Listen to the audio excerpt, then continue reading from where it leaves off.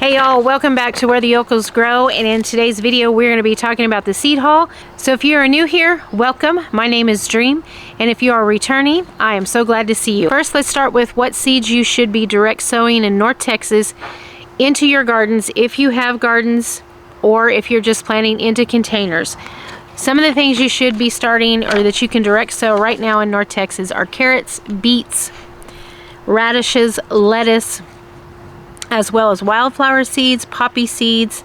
If you haven't started garlic, get it in the ground now, as well as your onion starts, not onion seeds. It takes an onion seed a long time to bulb up, so it's too late for that. So now we're looking into what types of onions or what onion bulbs that you can get, and we'll talk about that here in just a minute. Things that you should be starting from seed indoors right now, and I'm actually late on some of these things. You should have started any kind of peppers, whether that be hot or sweet, about the first part of January. And right about now, which we're coming into like the second week of January, you would start all of your tomatoes, as well as your basil, your cilantro, your parsley. Any marigolds or calendula and rainbow charge you could start right now as well. And of course, chamomile. Now, one of the things I will do, I actually like early zinnias. So I do early zinnias, and then I do another round of zinnias, and then I do a final round of zinnias, which takes us into the fall. So those are the things that you really should be starting from seed right now here in North Texas. Texas weather is unpredictable.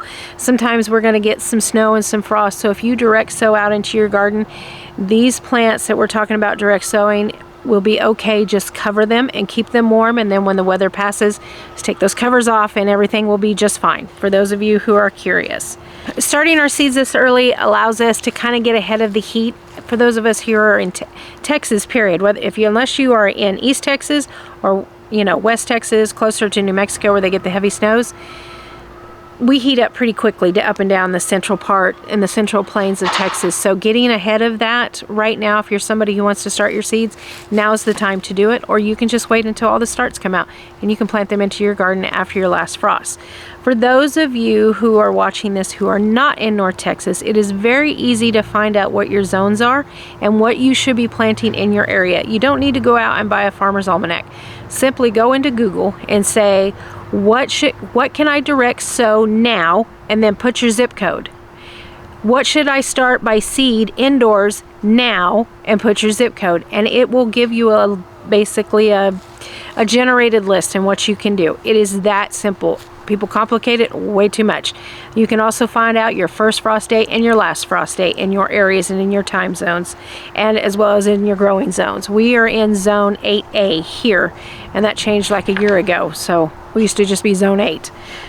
So now that we got that all out quickly, let's go over the seed haul. I think I mentioned briefly the seeds are all from M.I. Gardener. If you saw the last video, you know that we are downsizing in the garden as to far as what we're growing. Like, we're not going to be growing any corn. We're not going to be growing anything that is not a staple food inside of our house. That is just the best way to go about this, because my mobility is limited right now. So I would rather just, deal with what I can take care of rather than trying to take care of a huge garden that I'm not going to be able to. So I stuck to the staples that I use as far as tomatoes, and which is mostly paste tomatoes. And that's because we do a lot of canning here on this channel as well for tomato sauce. And paste tomatoes are absolutely the best to do that. Of course, you can use any tomato to make tomato sauce. The only difference is one's a little thicker than the other, and that honestly is the truth. I don't care what any of you say. That is the damn truth. Okay, so let's talk about our varieties. The first one we got up is Napoleon. It is, of course, a paste tomato. Then we have the Tiny Tims. Now, I grow these for those of you who have balconies, who only have a tiny little space, and you want to grow a fresh tomato. Tiny Tim is the answer, and that is the best one you can do. And this is Opal. It's also a paste tomato. Martino's Roma, and then of course just your standard Roma tomato. San Marzano, these are my favorite for tomato sauce. San Marzano. A Chez Bourgain, there goes my stuff blowing away.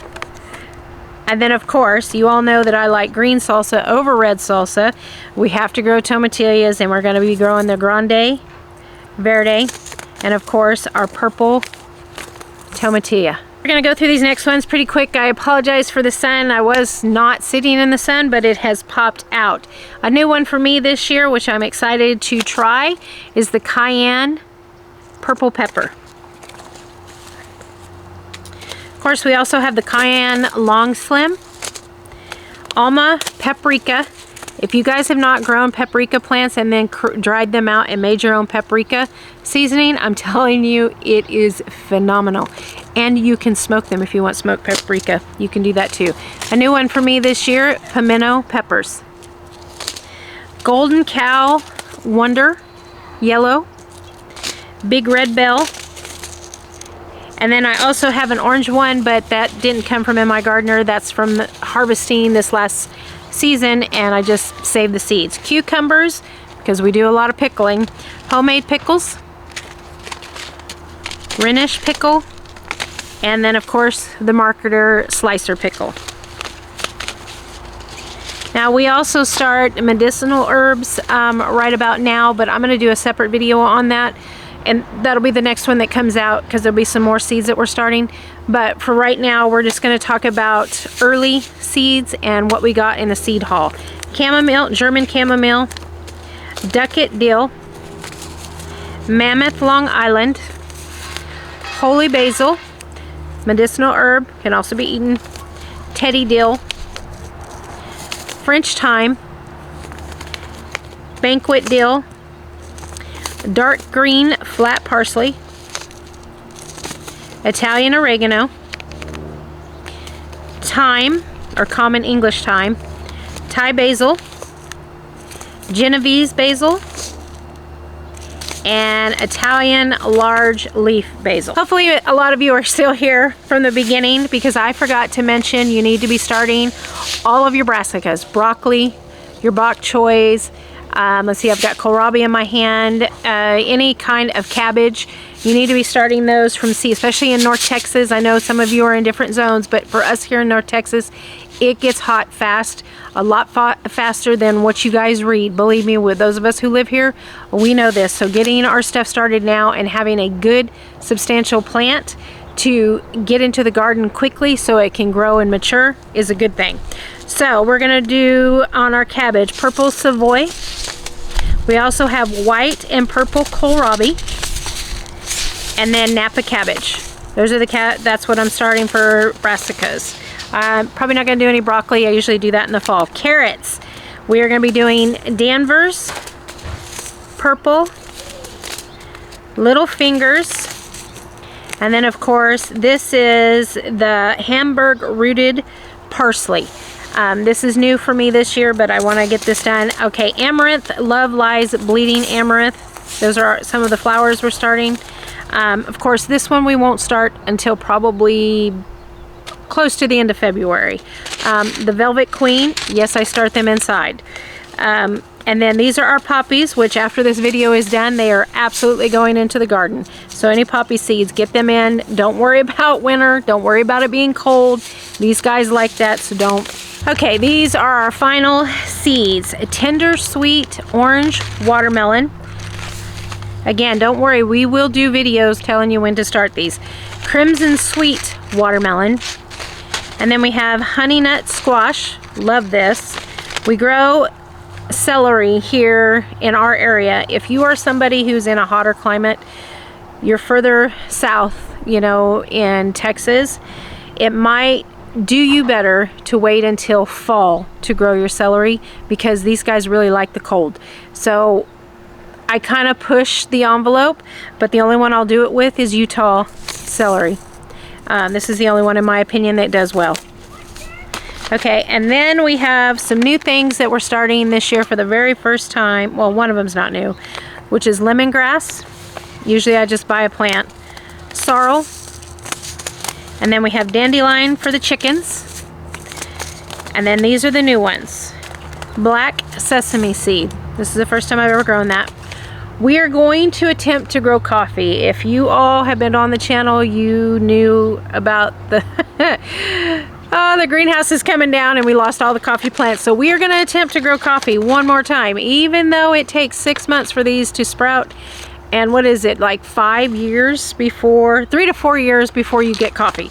Chai, black chai, and grow our own chai, and our own anise.